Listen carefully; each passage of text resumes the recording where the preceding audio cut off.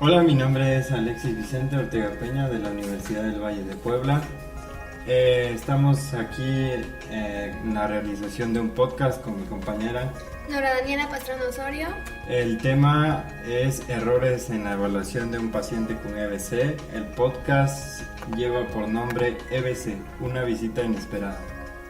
Bueno, como ya lo dijo mi compañero Alexis, hoy vamos a hablar sobre los errores en la evaluación fisioterapéutica respecto a un caso de EBC. Para empezar vamos a definir qué es un EBC. Nos dice que la enfermedad es una enfermedad vascular cerebral en la cual va a haber una alteración neurológica, que esta se va a caracterizar por aparición brusca, generalmente se va a dar sin ningún aviso. Los síntomas puede o no que sean de 24 horas o más. Va a causar secuelas y puede incluir también la muerte. También un dato importante es que esta enfermedad es la quinta causa de muerte. Alexis, ¿nos puedes decir qué tipos de EBC hay? Pues en este existen tres tipos de EBC. Está el trombótico, el cual es el flujo de sangre en una arteria cerebral. Se bloquea debido a un coágulo que se forma dentro de una arteria. También existen otros dos tipos, que es el embólico. El embólico, mejor dicho, existe un coágulo. Se origina en alguna parte alejada del cerebro, por ejemplo en el corazón o alguna otra parte, algún derrame cerebral. Es causado por la ruptura y sangrado de un vaso sanguíneo en el cerebro. Bien, ahora les vamos a compartir un poco sobre los síntomas, signos y síntomas que pueden indicarte que tu familiar o inclusive tú estás sufriendo un EBC. Entre los cuales podemos encontrar que puede la persona presentar un adormecimiento, entumecimiento, hay una debilidad ya sea del cuerpo, de la cara, brazos, piernas. Puede que este sea de un lado del cuerpo o que sea el cuerpo completo.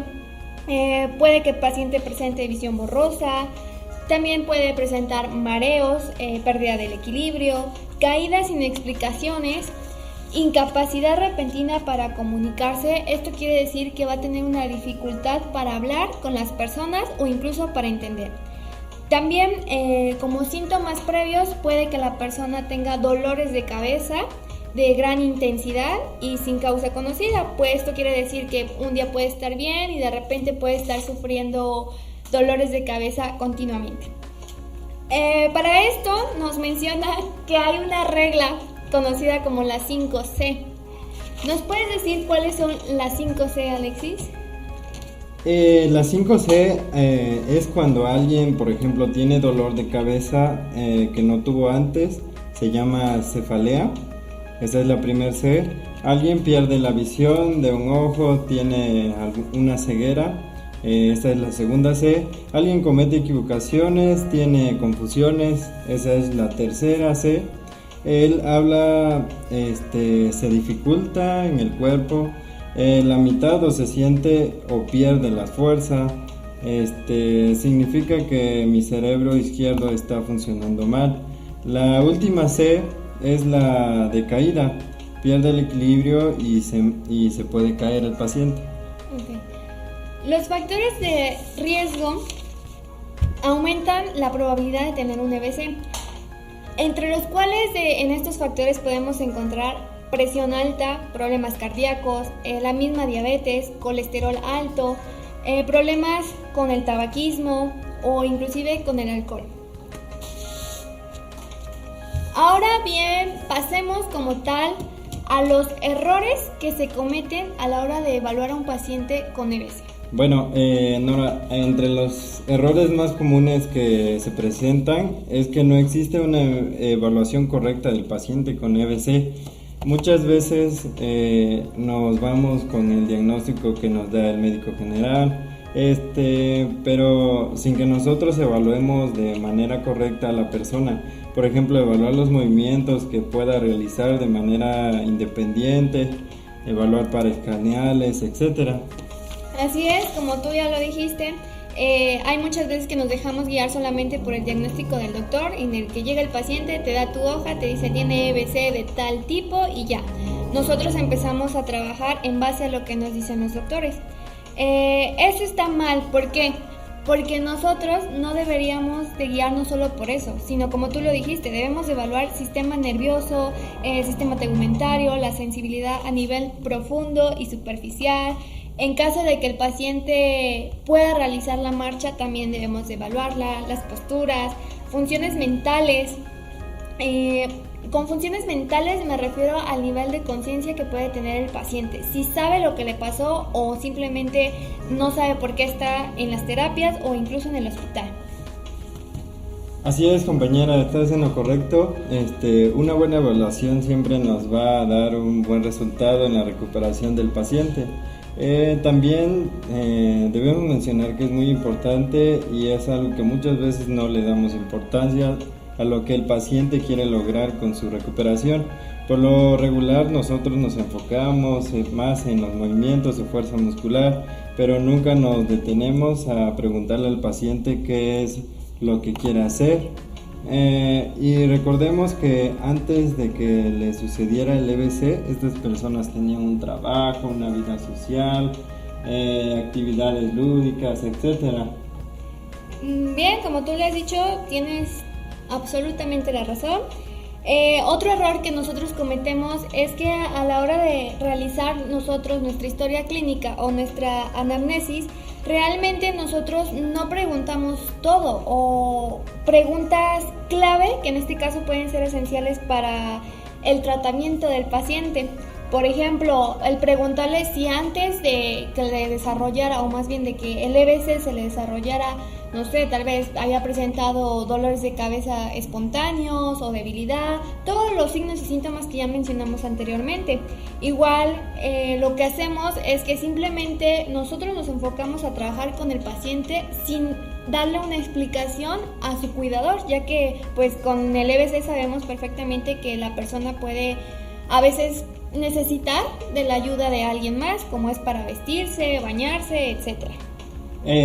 Sí, compañera, así como mencionas, es muy importante realizar o que el terapeuta a cargo realice un examen físico, viendo si hay presencia de un defecto neurológico no cuantificable, por ejemplo, debilidad mínima aislada, una ataxia aislada, un defecto sensorial aislado, una disertría aislada, etc.